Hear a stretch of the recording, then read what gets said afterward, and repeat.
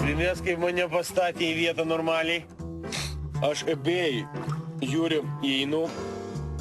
Karvė albinosas, balta, vienintelė pasaulyje. Ten kažkokia indų šventykloje, žinai, modifikuota.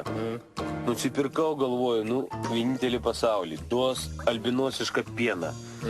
Į stiklinę pieno parduosiu už kokį, žinai, už $200 stiklinę, nes hebrai ten, pirks visi. Primės parvežė namo, pas karvę tešmo, 4 papai ir pieno neduodu.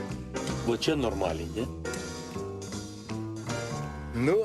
Žinai, pas mane variantas panašus.